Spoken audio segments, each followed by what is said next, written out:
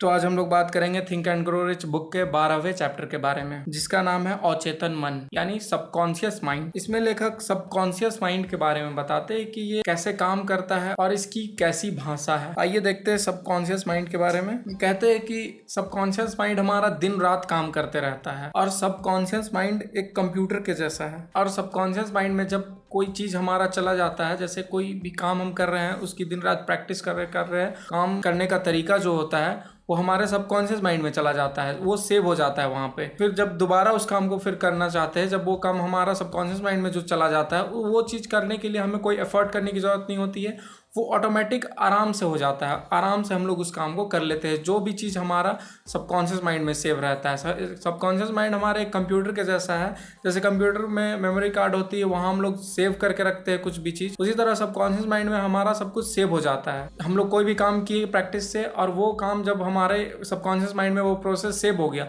इसे हम लोग अपने तरीके से यूज कर सकते हैं। जैसे कंप्यूटर से हम लोग कोई फाइल निकालते हैं, जब हम लोग को उस फाइल का ज़रूरत है तब हम लोग वो फाइल निकाले, उसके बाद फिर उसका यूज़ किए, फिर उसी में वो चला गया। तो इसी तरह सबकॉन्शियस माइंड हमारा काम करता है कि जब भी हम लोग को उस काम को कर रहे हैं, जैसे गाड़ी चला रहे हैं, हम लोग ड्राइविंग सीख चुके हैं पूरे अच्छे तरीके से, तो वो हमारे सबकॉन्शियस माइंड के द्वारा होता है, ना कि हम लोगों को उसके लिए एफर्ट करना पड़ता है। हम लोग सबकॉन्शियस माइंड के द्वारा अपना काम करते हैं, एफर्टलेसली गाड़ी चलाते हैं। और जब हम लोग उस गाड़ी चलाना, फिर जब हम लोग गाड़ी पार्क करके अपना दूसरे काम में लगते हैं, तो वो फिर वहीं पे जाके सेव हो जाता है। जैसे फाइल निकाले थे, सेव किए थे, और फिर यूज करके फिर से उसी फाइल में डाल दिए, उसी तरह सबकॉन्शियस माइंड से वो हमारा आया, गाड़ी चलाए, फिर वो काम किए, और फिर वो हमारे सबकॉन्शियस माइंड में वो प्रोसेस चला गया। तो इस तरीके से हम लोग का सबकॉन्शियस माइंड काम करता है। सबकॉन्शियस माइंड में जो भी कुछ सेव रहता है, उससे काम करने के लिए हम लोगों को कोई एफर्ट करने की जरूरत नहीं होती है।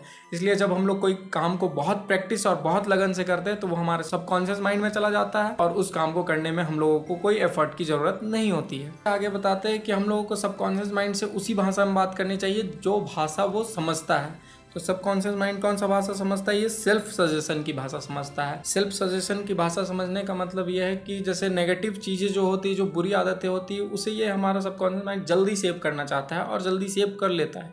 लेकिन जो अच्छी आदतें होती है, जो पॉजिटिव चीज़ें होती है, जो भी काम हम लोग अच्छे से करना चाहते हैं, उसे हम लोग बार बार प्रैक्टिस से सेल्फ सजेशन के द्वारा हम लोग अपने सबकॉन्शियस माइंड में उसे सेव करते हैं, तब जाकर वो हमारे सबकॉन्शियस माइंड में सेव होता है। और दूसरा भाषा ये समझता है भावना की भाषा।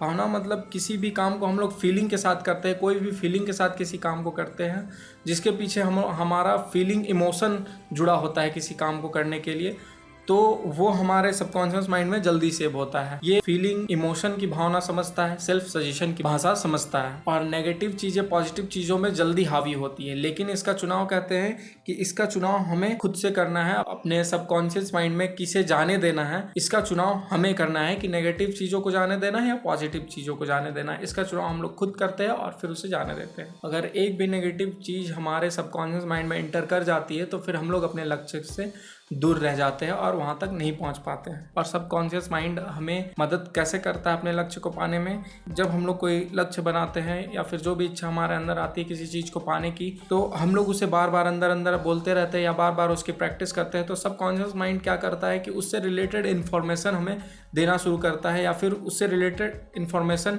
जुटाने के लिए हम लोगों को उस ओर दौड़ाता है, उस रास्ते पे भगाता है।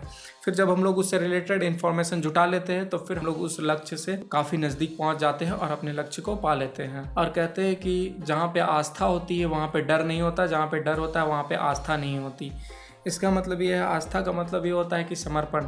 हमें अपने काम के लिए आस्था या समर्पण भाव से करना चाहिए। अगर हम लोग अपने काम को लेकर समर्पण भाव से करेंगे, तो हमारे अंदर डर नहीं होगा। जैसे किसी के अंदर डर होता है कि मिलेगा नहीं मिलेगा, काम कर रहे होगा या ना होगा, तो वो डर हमारे अंदर नहीं होना चाहिए। हमें बस अपना काम, वो काम करना अच्छा लग रहा है, आप काम करते जाइए, आपको रिजल्ट ऑटोमेटिक मिलेगा। आपका काम परफेक्शन से होगा, आपको रिजल्ट मिलेगा।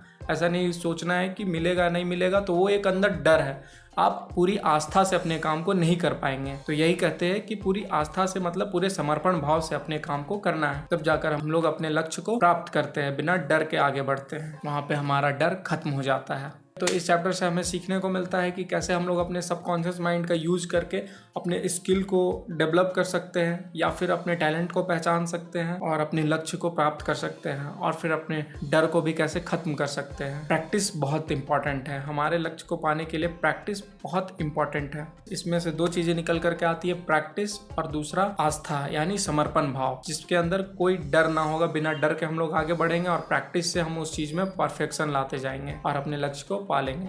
और टैलेंट पहचानने का मतलब ये हुआ कि हमें ये देखना है कि हम लोग कौन से काम को बहुत ही एफर्टलेसली कर ले रहे हैं। अगर हम लोग ये चीज़ देख लेते हैं अपने आप में कि कौन से काम में हमारा एफर्ट नहीं लग रहा, बहुत कम एफर्ट में बहुत अच्छे तरीके से उस काम को कर ले रहे, इसका मतलब वो हमारे अंदर का हिडन टैलेंट है जो बाहर आना चाहता है। और अगर स्किल डेवलप करने के बारे में बात करें तो ये सिखाता है हमें, स्किल डेवलप ऐसे किया जा सकता है कि किसी भी लक्ष्य को हम लोग सोचे कि वहाँ पहुँचना है और उससे रिलेटेड ये हमें इन्फॉर्मेशन देना शुरू करता है। सबकॉन्शियस माइंड हमारा उसकी बार बार प्रैक्टिस करके उस स्किल को अपने ऊपर डेवलप कर लेते हैं। ठीक है, इस चैप्टर में इतना ही। चैप्टर हम लोग काफ़ी कुछ सीखने को मिलता है। अब हम लोग नेक्स्ट वीडियो में नेक्स्ट चैप्टर के बारे में बात करेंगे। तब तक के लिए धन्यवाद।